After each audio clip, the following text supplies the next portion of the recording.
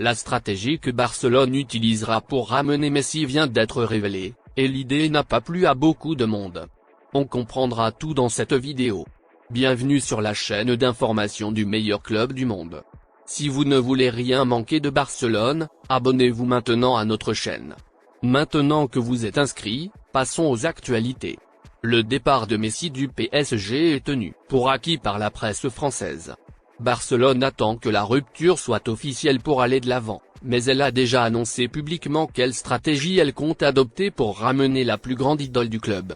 Selon le journal Sport, le club n'attend plus que l'aval de la Liga pour faire de la place dans la feuille de paie et ainsi présenter une proposition à la star argentine. L'idée du club est dans un premier temps de proposer à Messi un contrat d'1 an. La question financière du club est actuellement le plus gros obstacle, mais Barcelone travaille depuis quelques semaines en négociation avec la Liga pour parvenir à un accord. Barcelone dépasse actuellement le plafond d'environ 200 millions d'euros, mais le club prépare un plan de vente de joueurs pour permettre les signatures, y compris Messi. 4 grands noms viennent de sortir, où Barcelone est intéressé à vendre ses joueurs lors du prochain mercato.